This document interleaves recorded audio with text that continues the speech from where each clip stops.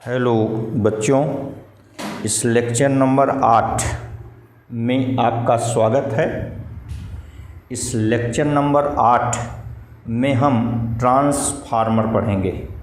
तो आइए ट्रांसफार्मर पढ़ा जाए।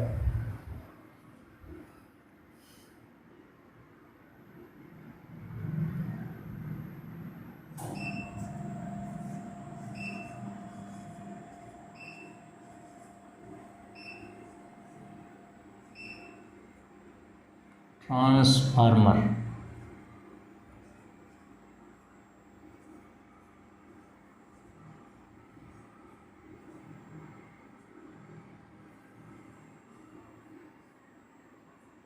ट्रांसफार्मर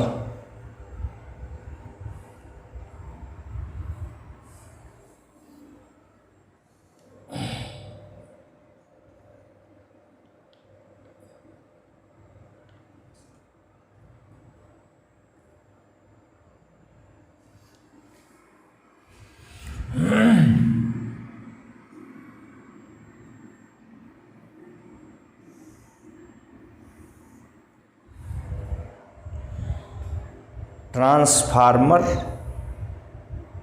अन्योन्य प्रेरण, आप इसको पढ़े हैं, के सिद्धांत पर कार्य करता है।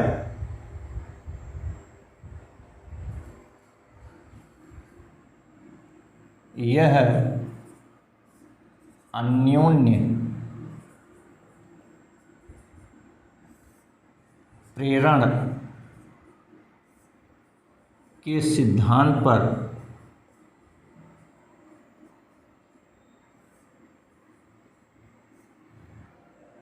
कार्य करता है।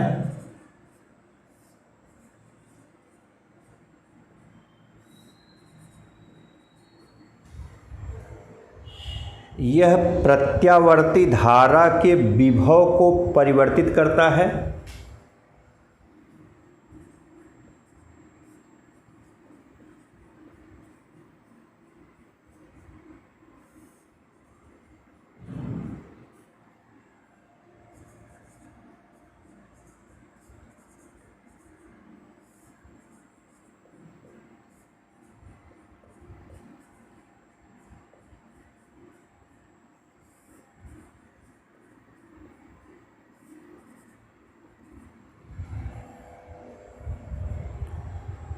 यह उच्च विभव की निर्बल धारा को निम्न विभव की प्रबल धारा में अथवा इसके विपरीत परिवर्तित करता है। यह उच्च प्रत्यावर्ती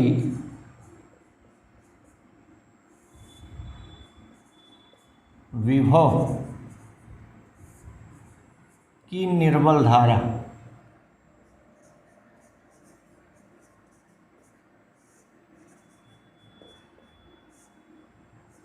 को निम्न विभव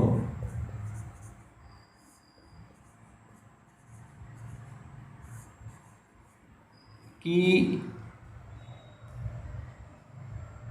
प्रबल प्रत्यावर्ती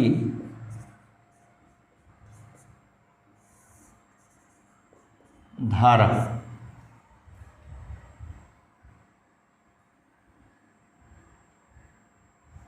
में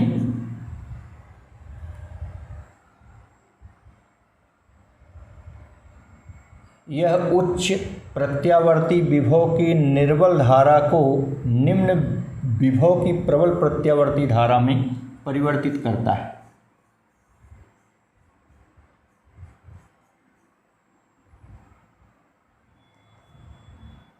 परिवर्तित करता है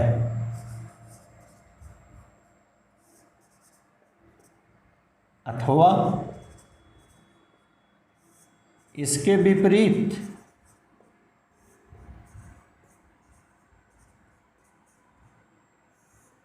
विपरीत का मतलब निम्न प्रत्यावर्ती विभव की प्रबल धारा को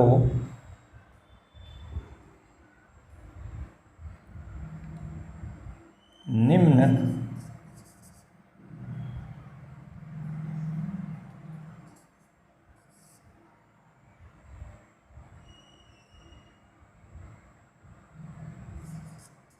प्रत्यावर्ती विभव की प्रबल धारा को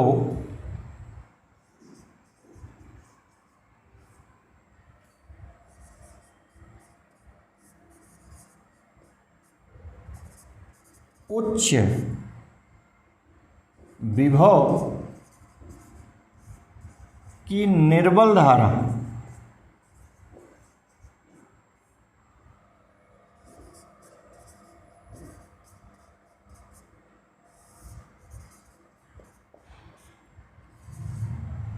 में परिवर्तित करता है।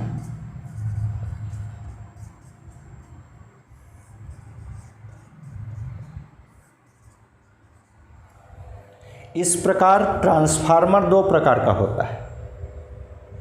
पहले प्रकार के परिवर्तन करने वाले ट्रांसफार्मर को अपचाई तथा दूसरे प्रकार के परिवर्तन करने वाले ट्रांसफार्मर को उच्चाई ट्रांसफार्मर कहते हैं।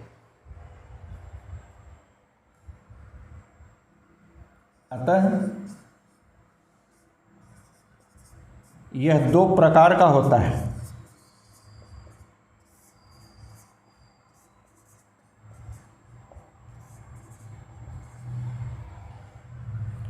पहले प्रकार के परिवर्तन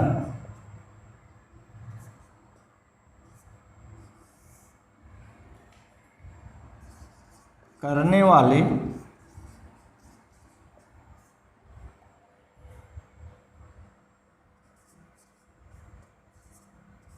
ट्रांसफार्मर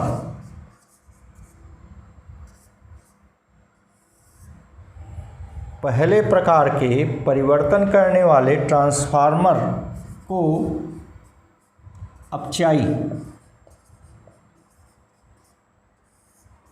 व दूसरे प्रकार के परिवर्तन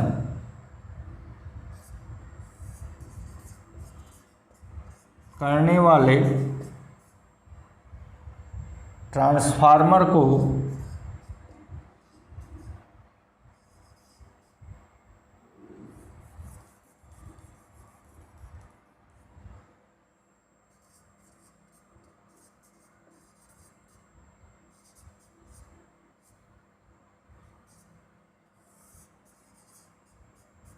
उच्चाई ट्रांसफार्मर कहते हैं।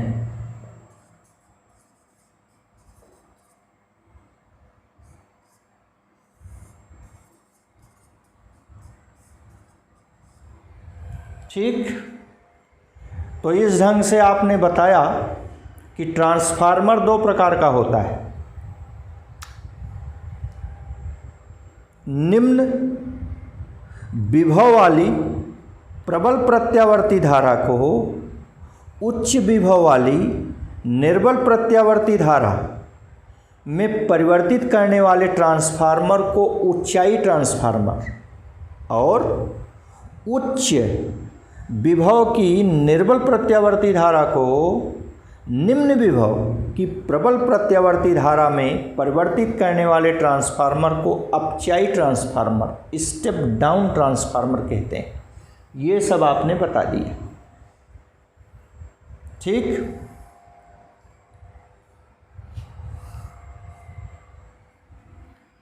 देखिए इसको हम बनाते कैसे हैं, इसकी रचना कैसे करते हैं। वास्तव में लोहे की पतली पतली पत्ती को एक के ऊपर एक रखकर पटलित क्रोड बनाते हैं। आयताकार, गोलाकार, जैसे इच्छा होती है।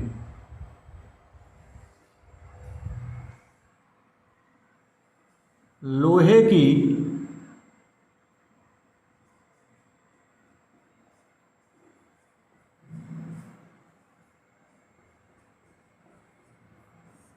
पतली पत्तियों को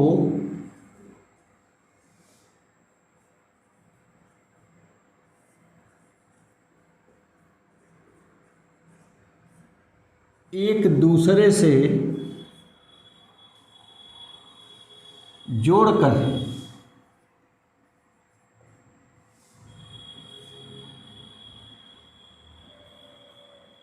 पटलित क्रोड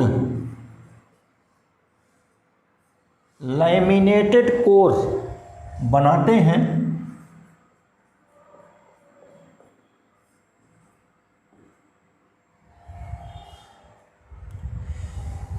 इसी कोर के ऊपर तांबे के तार के अनेक फेरे लपेटकर दो कुंडलियां बनाई जाती हैं। इसी क्रोड के ऊपर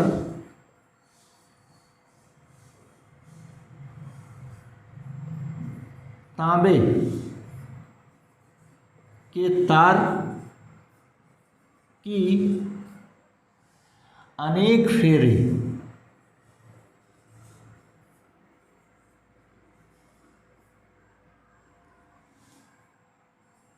लपेटकर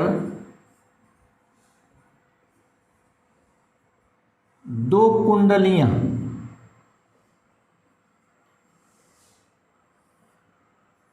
बनाई जाती हैं।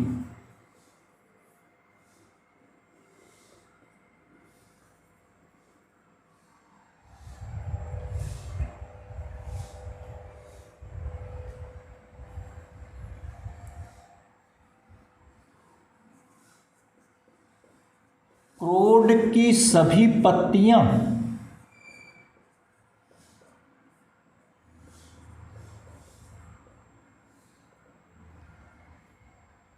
कुंडलियां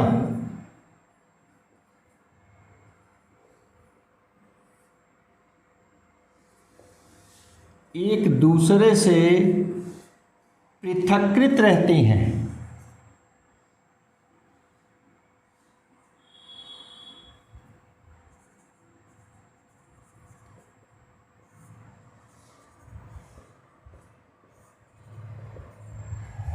ये पत्तियां एक दूसरे को स्पर्श नहीं करती हैं।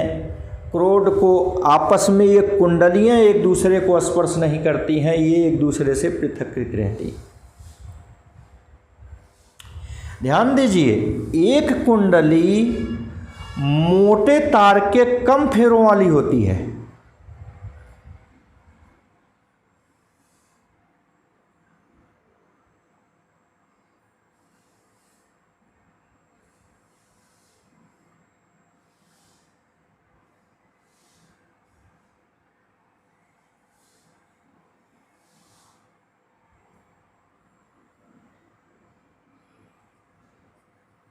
एक कुंडली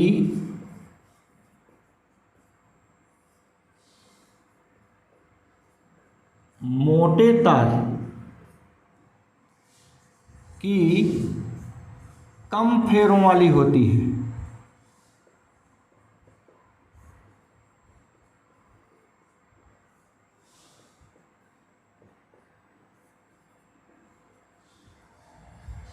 तथा दूसरी कुंडली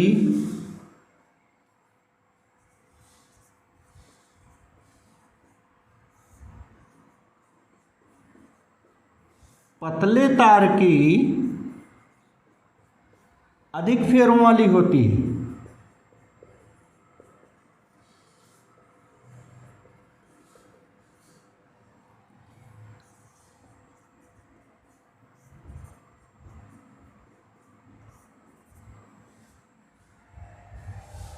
ठीक, जैसे ऊंचाई ट्रांसफार्मर में प्राथमिक कुंडली मोटे तार के कम फेरों वाली होती है,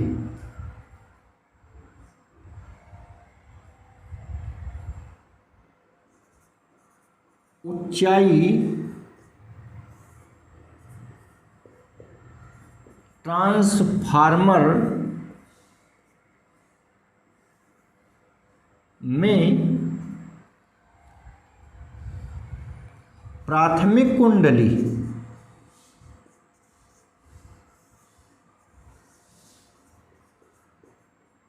प्राइमरी कॉइल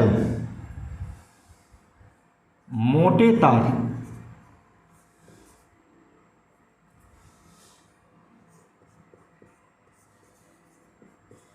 की कम फेरों वाली होती है।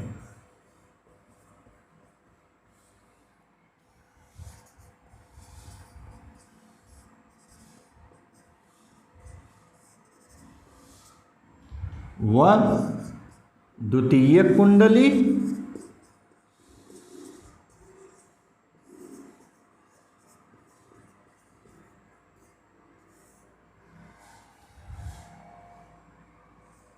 पतले तार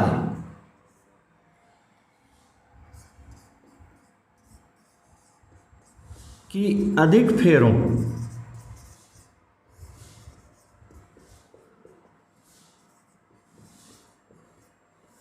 वाली होती है।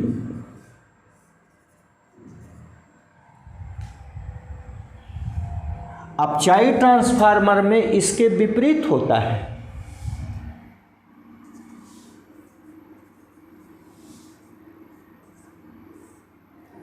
अपचाई ट्रांसफार्मर में इसके विपरीत होता है।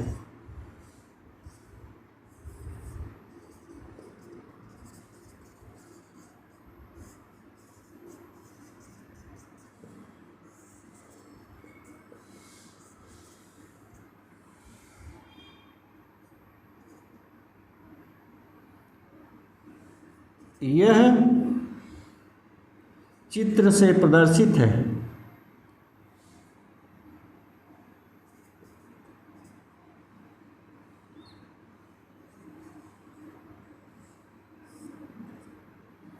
संलग्न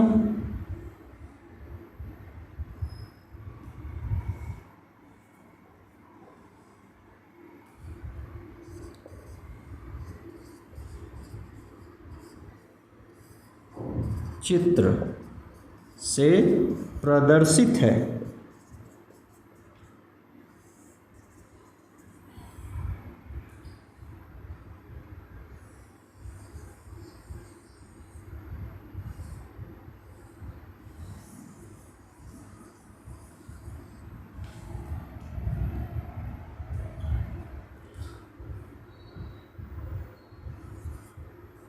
ऊंचाई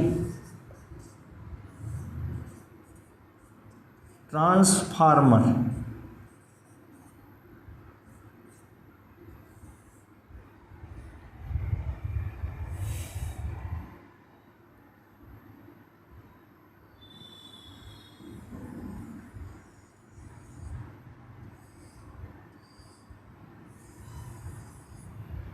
अपचाई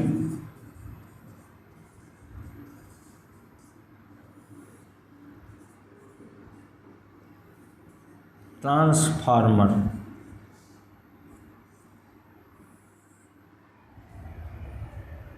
ये ऊंचाई ट्रांसफार्मर की प्राथमिक कुंडली प्राइमरी कॉइल है, ये द्वितीय कुंडली सेकेंडरी कॉइल है।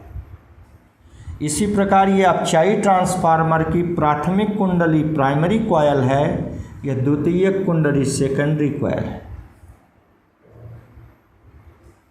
यहाँ प्राथमिक कुंडली में फेरों की संख्या Np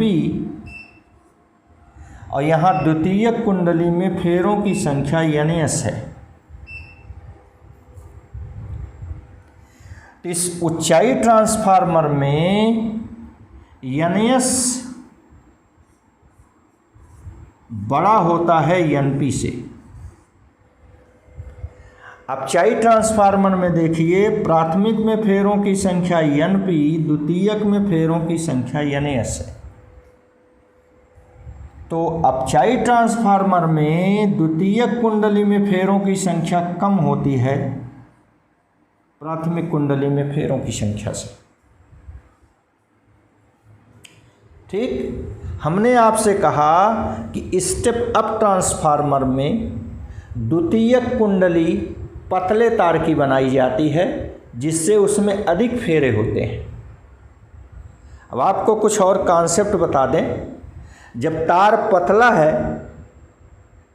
तो उसका प्रतिरोध अधिक है, क्योंकि हम लोग पढ़े भी हैं कि तार का प्रतिरोध अनुप्रस्थ काट के क्षेत्रफल के व्युत्क्रमानुपाती होता है, R प्रोपोर्शनल टू 1/n। अनुप्रस्थ काट का क्षेत्रफल पतला तार है तो कम होगा तो प्रतिरोध बढ़ जाएगा। दूसरी बात, जब फेरे अधिक हैं तो तार की लंबाई अधिक होगी, और जब तार की लंबाई अधिक होती है तो प्रतिरोध बढ़ जाता है, क्योंकि हम पढ़े हैं कि प्रतिरोध लंबाई के अनुक्रमानुपाती होता है, R प्रोपोर्शनल टू L पढ़ें। इस प्रकार दोनों स्थितियों में मोटा तार होने के कारण भी पतला तार होने के कारण भी प्रतिरोध बढ़ा, और फेरों की संख्या अधिक होने के कारण भी प्रतिरोध बढ़ा। माने द्वितीयक कुंडली में प्रतिरोध बहुत बढ़ जाता है। तो प्रतिरोध करेगा क्या? रुकावट उत्पन्न करेगा, किसकी? धारा की, माने धारा को कम कर देगा। इसीलिए ऊंचाई ट्रांसफार्मर आप याद कीजिए कहे थे, उसमें द्वितीयक कुंडली में धारा कम हो जाती है, निर्बल धारा हो जाती है। ऊंचाई ट्रांसफार्मर क्या करता है? प्रत्यावर्ती धारा के वोल्टेज को बढ़ाता है, ठीक, और धारा को कम करता है, निर्बल करता है। यही कॉन्सेप्ट था। चलिए आगे पढ़ते हैं क्रियाविधि।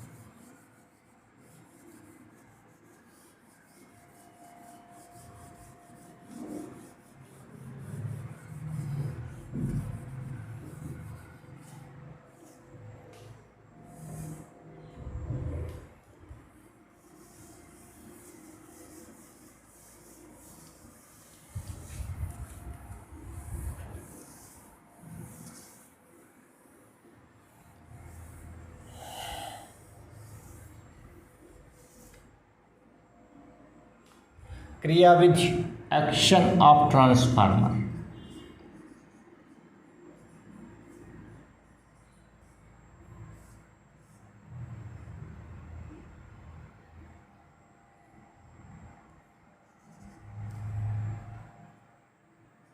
Action of transformer.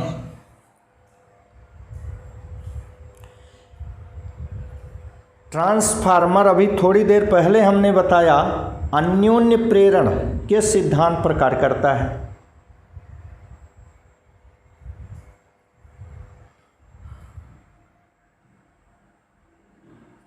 यह अन्योन्य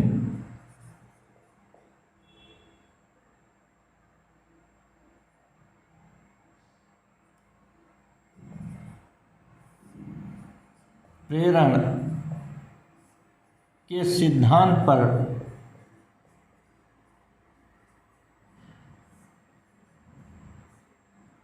कार्य करता है।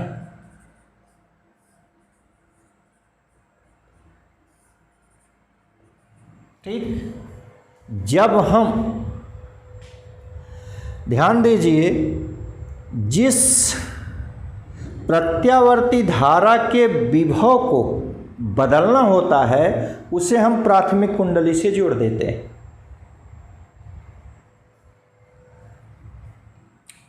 जिस प्रत्यावर्ती धारा के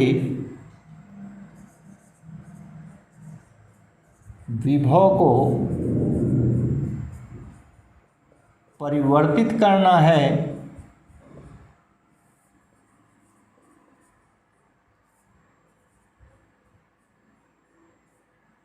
होता है उसे प्राथमिक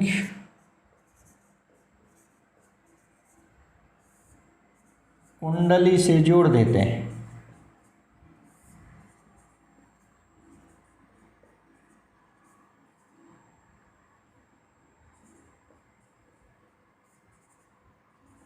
प्राथमिक कुंडली से जोड़ देते हैं। ठीक, आप ध्यान दीजिए, जब हम प्राथमिक कुंडली में विद्युत धारा प्रवाहित करते हैं तो क्रोड के प्रति फेरे में चुंबकीय फ्लक्स में परिवर्तन होता है, अर्थात उसके चारों ओर चुंबकीय क्षेत्र उत्पन्न हो जाता है।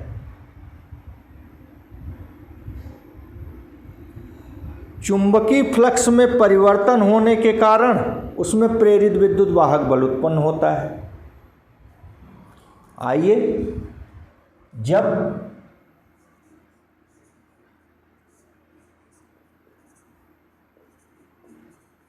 प्राथमिक कुंडली में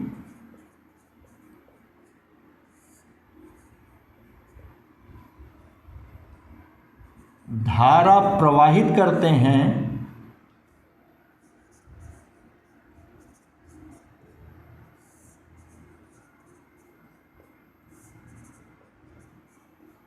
तो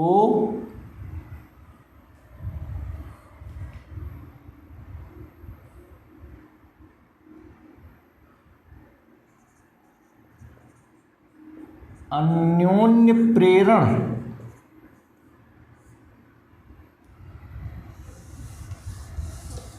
या कहिए विद्युत चुंबकीय प्रेरण विद्युत चुंबकीय प्रेरण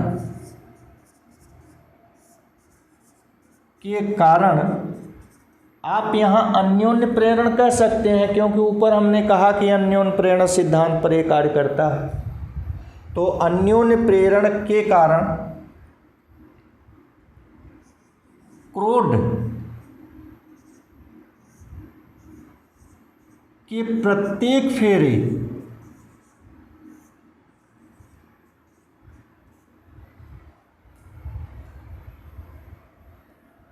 में धारा एक बार एक दिशा में व दूसरी बार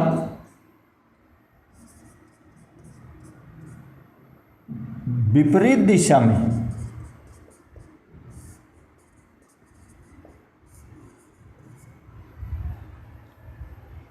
जब प्राथमिक कुंडली में धारा प्रवाहित करते हैं तो क्रोड के प्रत्येक फेरे में, इसको जाने दीजिए,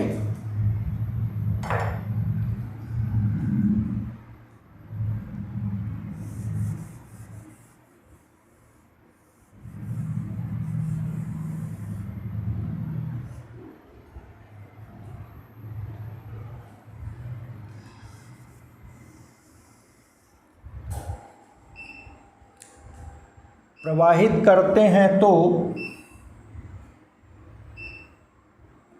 क्रोड के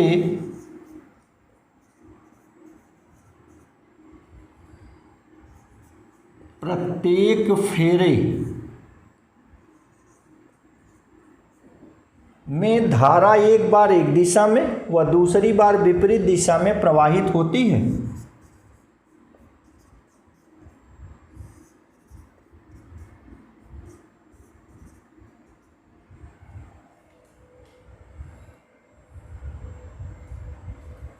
जिससे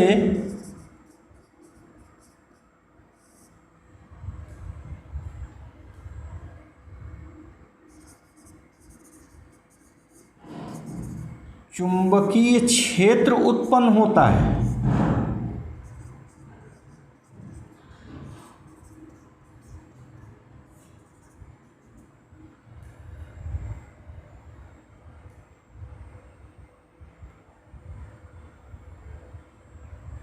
ठीक, इस प्रकार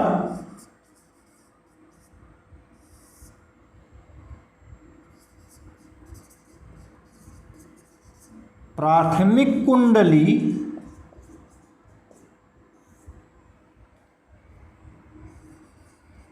की वैद्युत ऊर्जा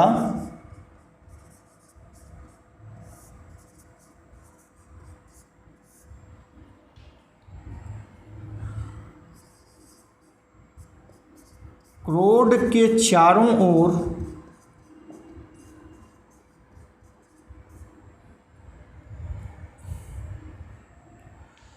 चुंबकीय ऊर्जा के रूप में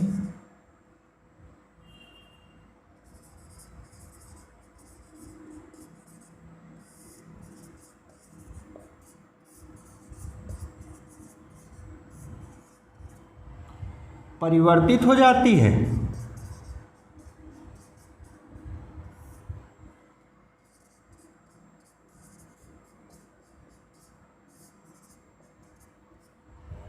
ठीक, आपने बताया कि जब हम प्राथमिक कुंडली में विद्युत धारा प्रवाहित करते हैं तो क्रोड के प्रत्येक फेरे में एक बार धारा एक दिशा में तथा दूसरी बार विपरीत दिशा में प्रवाहित होती है। इसके कारण क्रोड के चारों ओर चुंबकीय क्षेत्र उत्पन्न हो जाता है।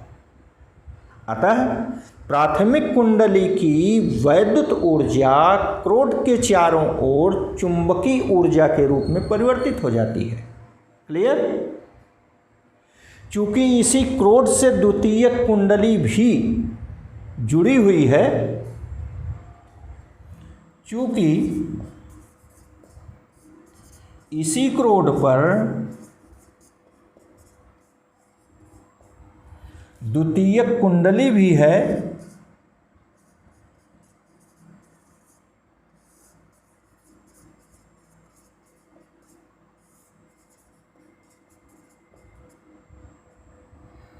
अतः अन्योन्य प्रेरण द्वारा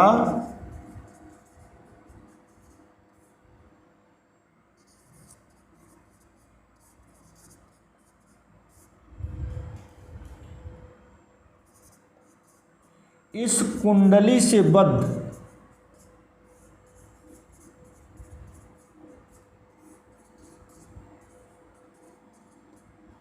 चुंबकीय फ्लक्स में परिवर्तन होता है।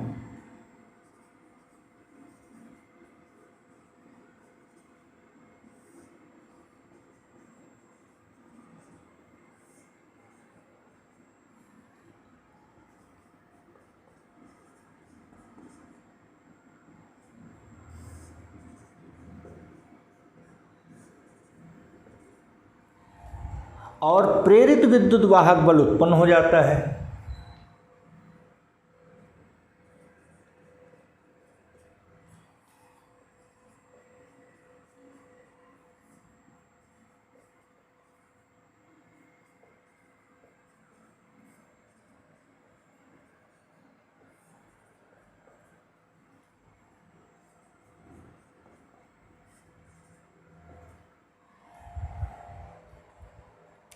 जिससे प्रेरित धारा बहती है।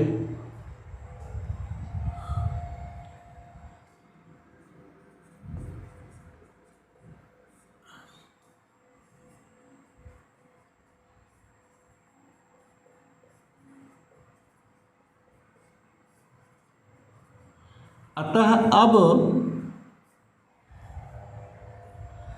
क्रोड की चुंबकीय ऊर्जा द्वितीयक कुंडली में वैद्युत ऊर्जा के रूप में परिवर्तित हो जाती है। अब क्रोड की चुंबकीय ऊर्जा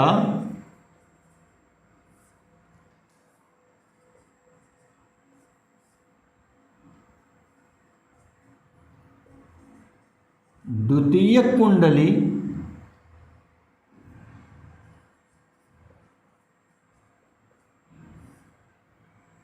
में वैद्युत ऊर्जा के रूप में परिवर्तित हो जाती है।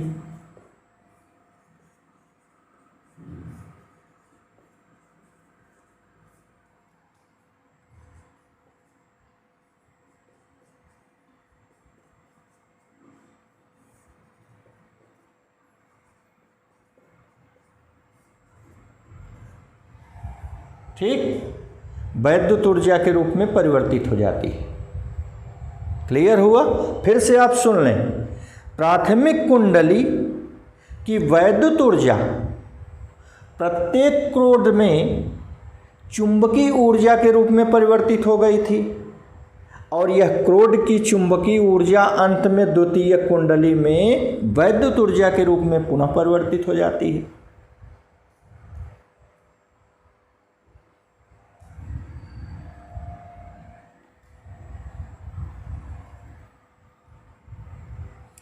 माना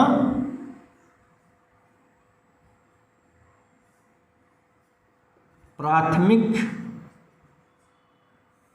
व द्वितीयक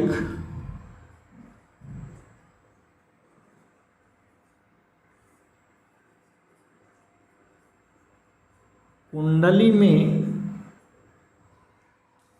फेरों की संख्या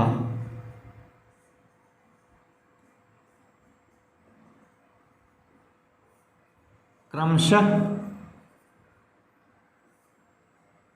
Np व Ns है। अतः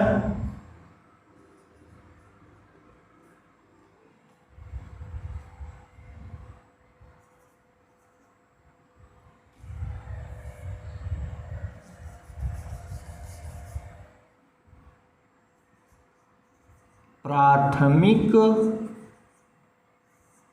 कुंडली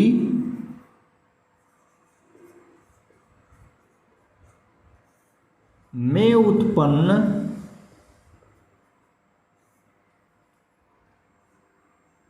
प्रेरित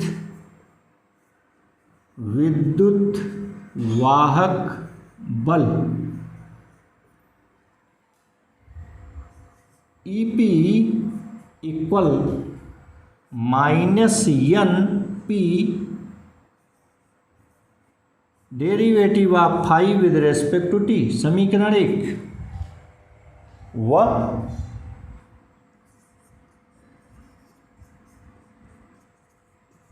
द्वितीयक कुंडली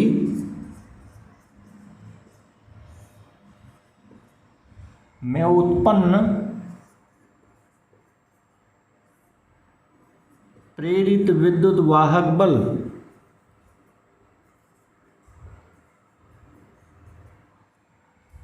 ES equal -Ns derivative of phi with respect to t.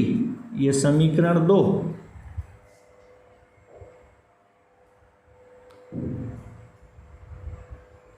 समीकरण 2 में समीकरण 1 से भाग देने पर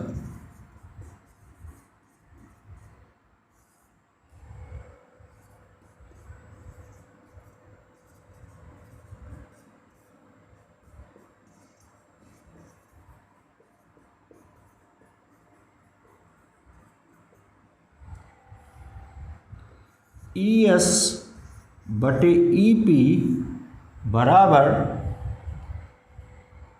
आप देखिए जब भी भाग देंगे ये दोनों आपस में कट जाएंगे, माइनस माइनस कट जाएगा, Ns बटे Np बचेगा। दरअसल ये फिजिक्स है, मैथमेटिक्स है नहीं कि आपको पूरा स्टेप लिखा जाए। जितना संभव हो हम छोटा से छोटा लिखते हैं। तो आप देख लीजिए ये दोनों समान हैं, कट जाएंगे भाग देने पर, माइनस माइनस कट जाएगा, Ns बटे Np बचेगा। ये समीकरण 3 हो गए। यदि कुंडलियों में प्रतिरोध नगण्य हो और ऊर्जा ह्रास नगण्य हो, तो यह प्रेरित विद्युत वाहक बल विभवांतर के समान होगा। यदि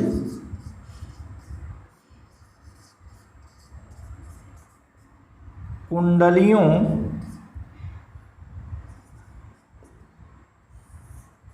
के प्रतिरोध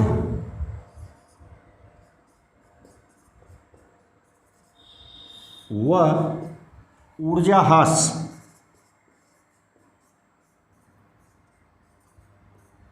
नगण्य हो,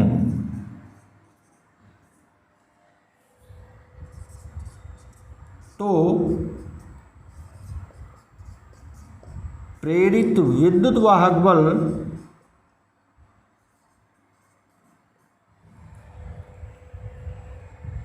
विभवांतर के तुल्य होगा।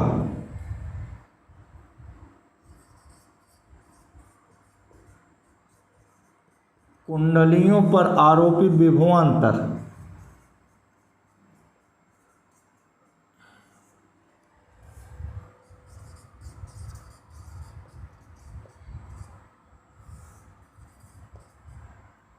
के तुल्य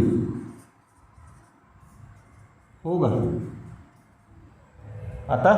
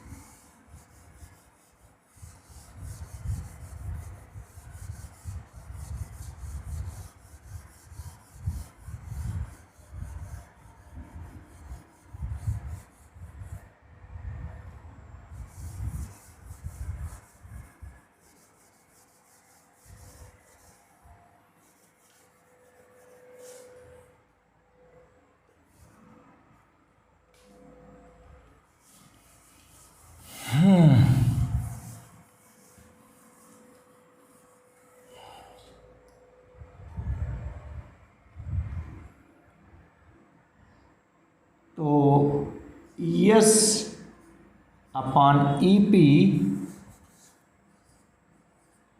इक्वल VS अपान VP।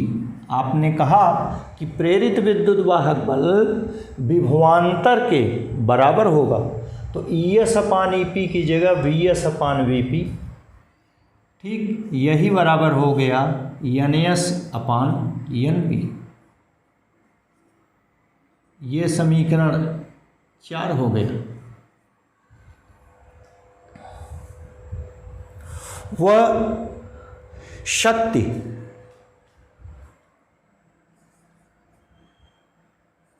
दी गई शक्ति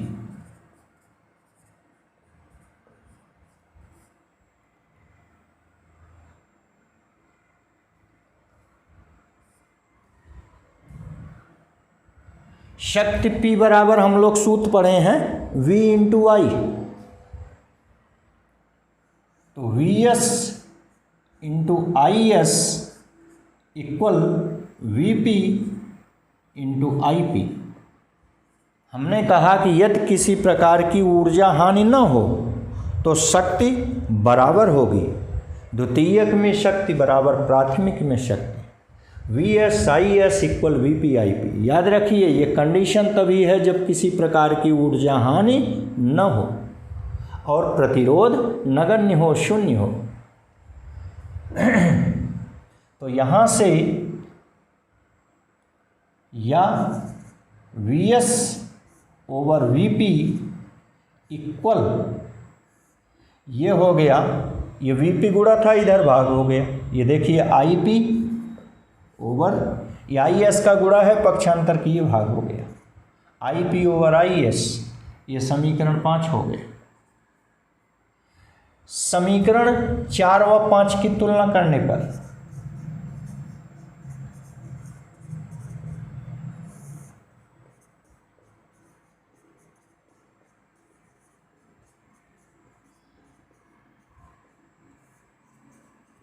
देखिए दोनों के बाएं पक्ष बराबर हैं तो दाहिने बराबर हो जाएंगे।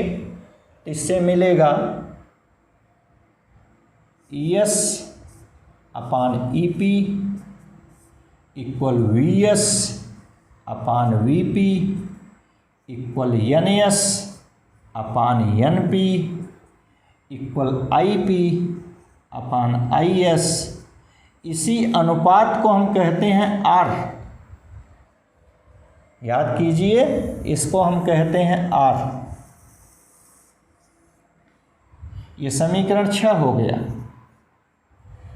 याद कीजिए, इस अनुपात R, रेशियो R को हम ट्रांसफॉर्मेशन रेशियो, परिणमन अनुपात कहते हैं। इसे परिणमन अनुपात, ट्रांसफॉर्मेशन रेशियो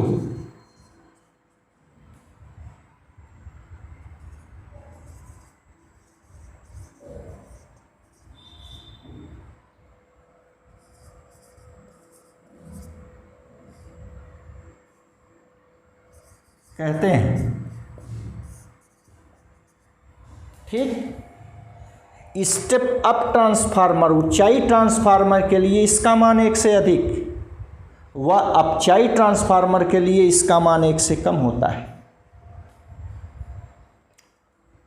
ऊंचाई ट्रांसफार्मर के लिए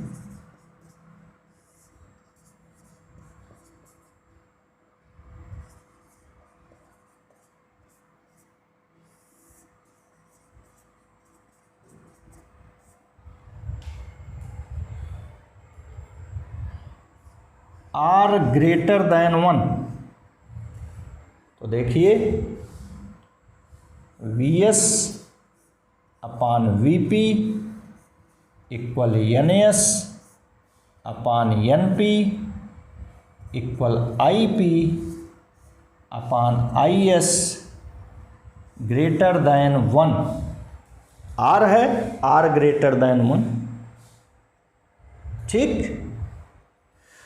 इसलिए यहाँ से मिला, देखिए NS अपान NP greater than 1 implies NS greater than NP। आप पढ़े हैं कि ऊंचाई ट्रांसफार्मर में द्वितीय कुंडली में फेरों की संख्या अधिक होती है। आप पढ़े थे और चित्र भी बनाए थे, इससे हमने ये सिद्ध कर दिया। दूसरा, अपचाई ट्रांसफार्मर के लिए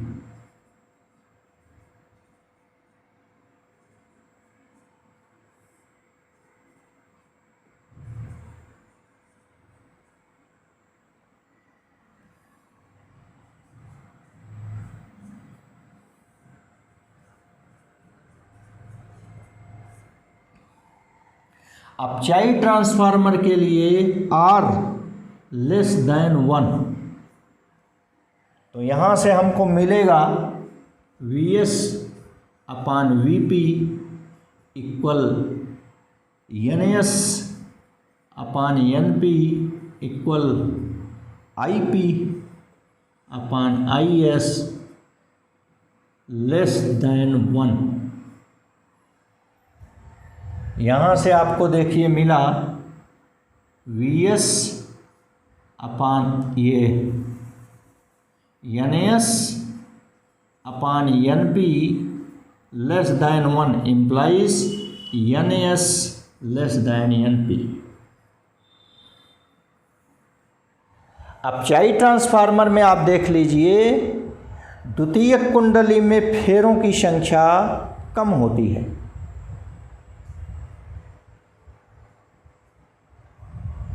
अब इस ट्रांसफार्मर का उपयोग पढ़ेंगे, ट्रांसफार्मर का उपयोग।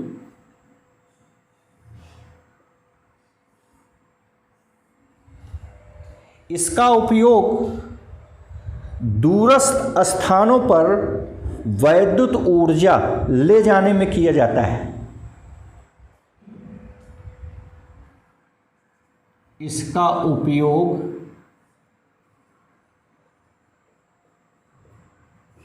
वैद्युत ऊर्जा को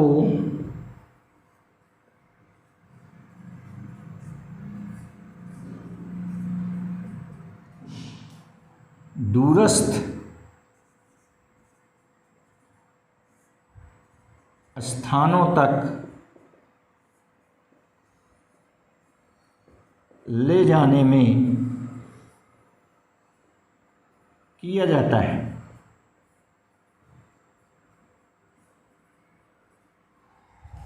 कैसे? देखिए, मान लीजिए कि हमारे पास 20,000 वाट की शक्ति है। पावर हाउस पर 20,000 वाट की शक्ति उत्पादित हुई। P इक्वल 20,000 वाट। ठीक। मान लीजिए अपने घरों में ध्यान दीजिए 220 वोल्ट की आवश्यकता होती है। तो हम मान ले रहे हैं कि घरों में वोल्टेज भी 200 वोल्ट की आवश्यकता है। तो अब धारा I, इसलिए current I equal P upon V। सूत्र अभी हम निकाले हैं P equal V into I, वहाँ से I equal P upon V। मान रख दें P का 20,000 बटे V का 200, 200 एकन्नम 200, यहाँ 2 जीरो अभी बचा, ये आ गया अभी 100 एम्पियर। इतनी प्रबल धारा को यदि किसी तार में प्रवाहित किया जाए तो अधिकांश वैद्युत ऊर्जा ऊष्मा के रूप में नष्ट हो जाएगी।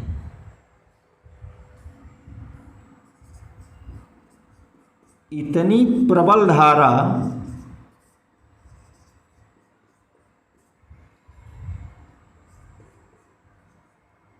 तार में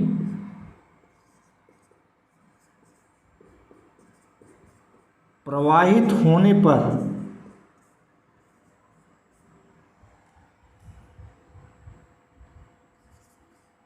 ऊर्जा ऊष्मा के रूप में व्यय हो जाएगी।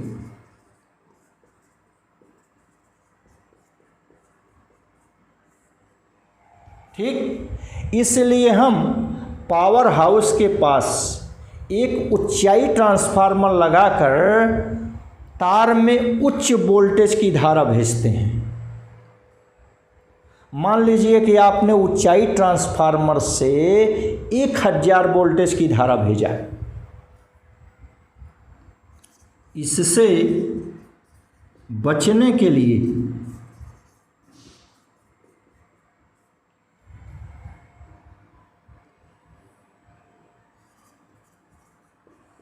ऊंचाई ट्रांसफार्मर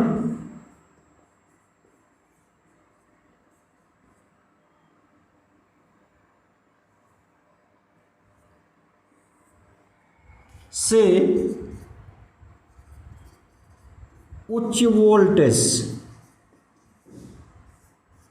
मान लीजिए V इक्वल 1000 वोल्ट ना,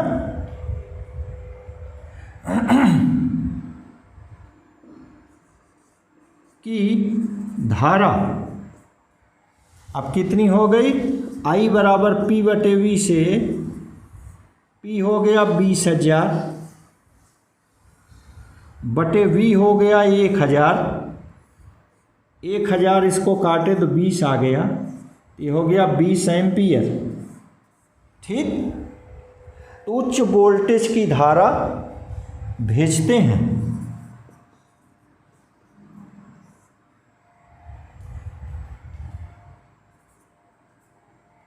जिससे ऊर्जा का ऊष्मा के रूप में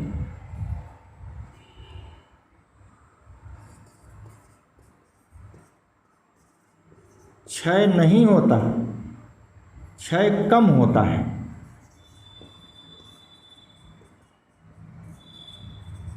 ठीक, कम प्रबलता की धारा भेजेंगे तो ऊष्मा माने ऊर्जा कम क्षय होगी।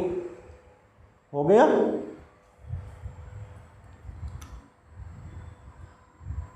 अंत में अपचायी ट्रांसफार्मर द्वारा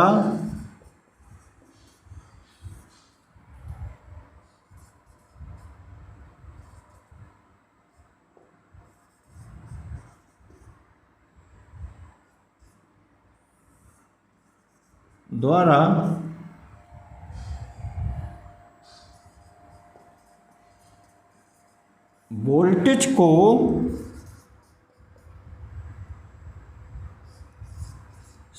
दो 200 वोल्ट तक घटा देते हैं। ठीक, अब घर के पास अपचायी ट्रांसफार्मर लगाए, जो 1000 का वोल्टेज था उसको अब घटा करके 200 वोल्ट बना ली। क्लियर। तो इस ढंग से हम दूरस्थ स्थानों तक वैद्युत ऊर्जा को ले जाते हैं। आप कहेंगे दिष्ट धारा, अगर हम दिष्ट धारा को दूरस्थ स्थानों पर ले जाएं तो हमें बहुत अधिक लागत आएगी और ऊर्जा की हानि बहुत ज़्यादा होगी, क्योंकि हम दिष्ट धारा को ट्रांसफार्मर के द्वारा उसके विभव को नहीं बदल सकते। फिर से बात हमारी समझ लें, दिष्ट धारा को दूरस्थ स्थानों तक ले जाने में बहुत अधिक लागत आएगा और ऊर्जा हानि बहुत ज़्यादा होगी, क्योंकि हम दिष्ट धारा को इस ट्रांसफार्मर की भांति ना उसके वोल्टेज को बदल नहीं सकते।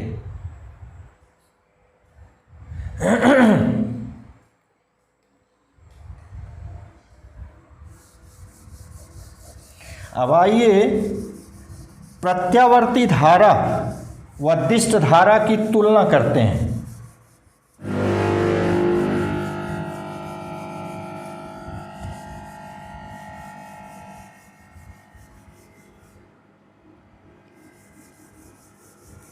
प्रत्यावर्ती धारा व दिष्ट धारा की तुलना।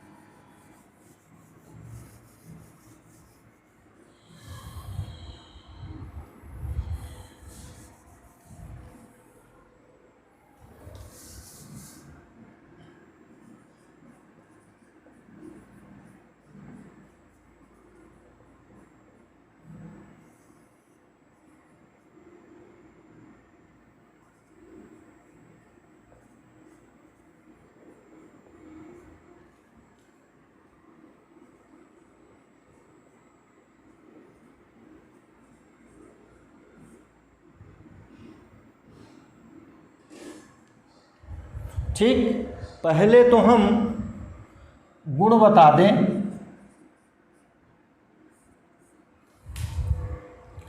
अभी अभी आपने देखा कि प्रत्यावर्ती धारा को दूरस्थ स्थान तक ले जाने में सुविधा होती है, ऊर्जा क्षय नहीं होता, लागत कम लगती है।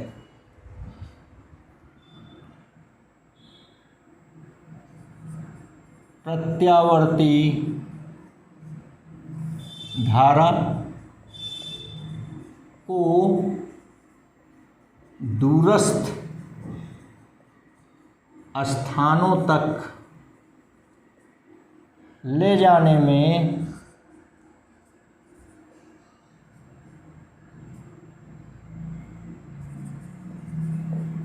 ऊर्जा क्षय कम होती है व लागत भी कम है। ठीक, ये पहला गुण था। दूसरा गुण, प्रत्यावर्ती धारा वाले उपकरण सुदृढ़ और सुविधाजनक होते हैं। इसके उपकरण सुदृढ़ व सुविधाजनक हैं।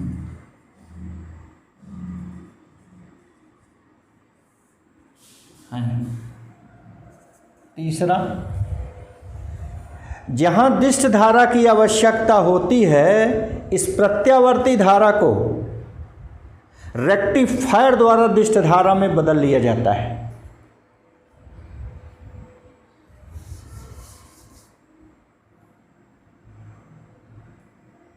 दिष्टकारी द्वारा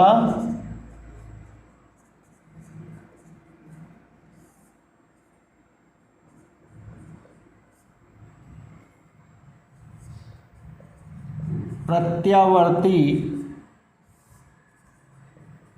धारा को दिष्ट धारा में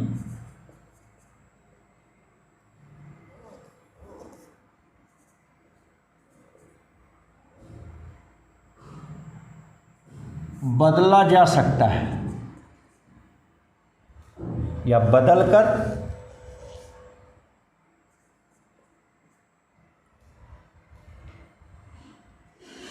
उपयोग करते हैं।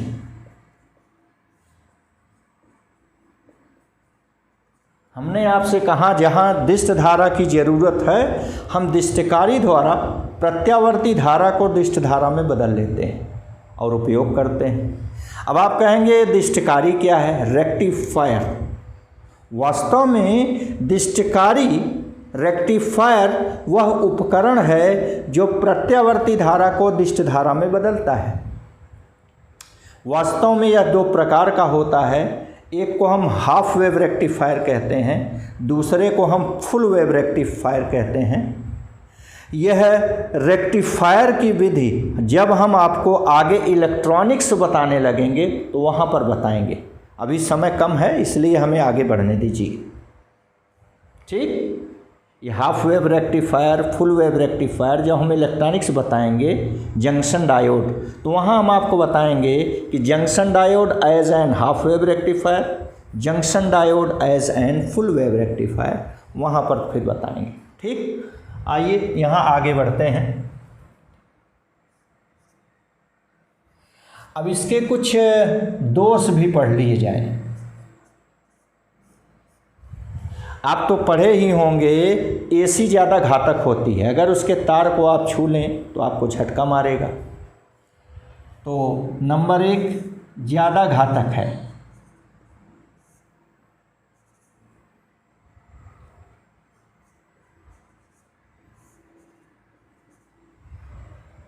नंबर 2,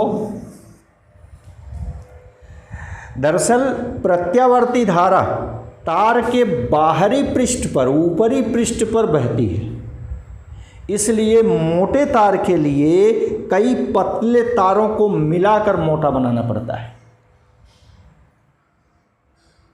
यह तार के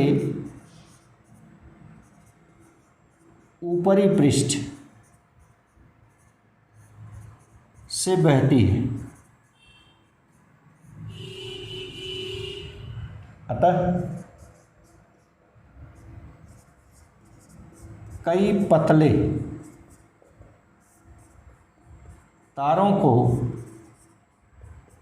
मिलाकर एक मोटा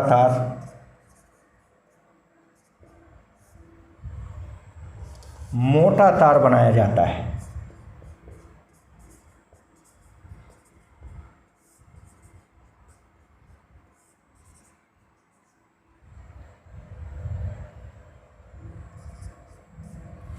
विद्युत विश्लेषण तथा इलेक्ट्रोप्लेटिंग में केवल डीसी प्रयोग होता है, एसी नहीं।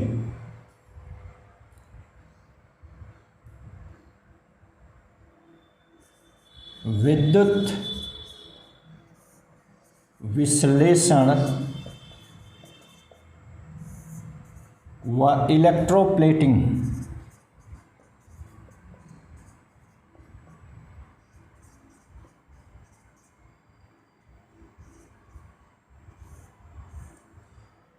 में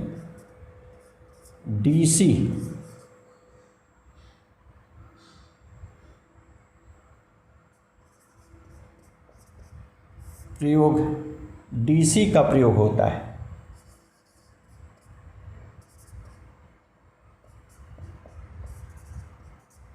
डीसी का प्रयोग होता है, एसी का नहीं। तो ये सब आपने तमाम ट्रांसफार्मर के बारे में पढ़ा। धन्यवाद।